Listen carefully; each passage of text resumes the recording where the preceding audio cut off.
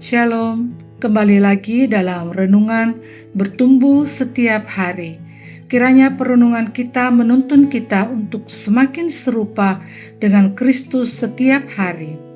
Hari ini kita akan kembali merenungkan satu topik tentang bukan dilayani, melainkan melayani.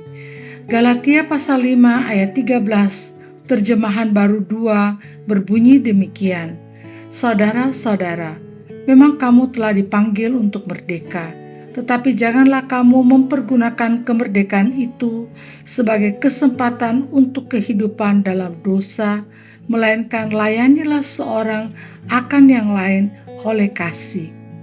Jemaat yang terkasih di dalam Tuhan, ada seorang siswa yang telah melakukan kesalahan yang cukup fatal, yaitu memecahkan kaca jendela kelas saat bermain basket. Siswa tersebut dihukum berdiri selama jam pelajaran berlangsung dan harus menanggung biaya ganti rugi atas kerusakan. Namun karena jumlahnya cukup besar dan ia tidak punya uang, maka pihak sekolah memanggil orang tuanya. Akhirnya ayah dari siswa tersebut datang dan membayar segala biaya ganti rugi kerusakan.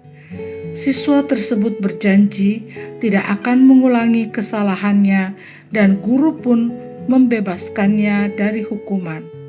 Setelah kejadian itu, siswa tersebut bermain basket dengan lebih hati-hati dan tidak memecahkan kaca jendela lagi.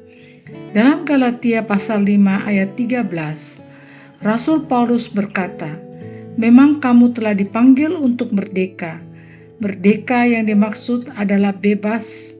Merdeka artinya menerima keselamatan dengan cuma-cuma, semata-mata karena anugerah, bukan karena melakukan perbuatan yang sesuai hukum Taurat. Melalui kematian Yesus di kayu salib, Ia telah menggenapi hukum Taurat dan membebaskan umatnya dari hukuman dosa dan kematian. Meskipun kita telah dimerdekakan oleh kasih karunia Tuhan, bukan berarti kita bebas berbuat apa saja. Kasih karunia Tuhan bukanlah izin untuk kita hidup sembarangan. Sebaliknya, sebagai orang yang sudah diselamatkan, kita harus hidup benar sebagai manusia baru. Kita tidak lagi hidup dalam ego atau kedagingan kita, tetapi kita hidup dalam tuntunan Roh Kudus. Galatia pasal 5 ayat 13 juga mengingatkan kita untuk melayani sesama dengan kasih. Keselamatan di dalam Kristus memberikan kita kemerdekaan yang luar biasa. Dia adalah contoh nyata dari kasih. Hal tersebut adalah semacam lisensi bagi kita untuk hidup mengasihi, memperhatikan, melayani, dan menolong sesama kita.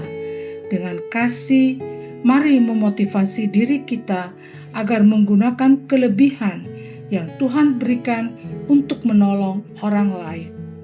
Mari kita merenungkan sejenak. Apakah kita sudah menggunakan kebebasan yang kita miliki untuk hal-hal egois ataukah untuk memberkati orang lain? Apakah motivasi kita menolong sesama sudah didasari oleh kasih Kristus atau hanya sekedar ingin dipuji? Mari kita berdoa. Ya Tuhan, terima kasih atas anugerah keselamatan yang Engkau berikan kepada kami. Tuhan, kami berdoa memohon agar Engkau menjaga hati kami, agar kami menggunakan kemerdekaan yang Kau berikan untuk melayani sesama dengan kasih dan bukan untuk memuaskan ego kami. Dalam nama Tuhan Yesus kami berdoa. Amin. Mari terus bertumbuh dalam kebenaran firman Tuhan. Sampai jumpa lagi dalam renungan kita esok hari. Tuhan Yesus memberkati kita semua.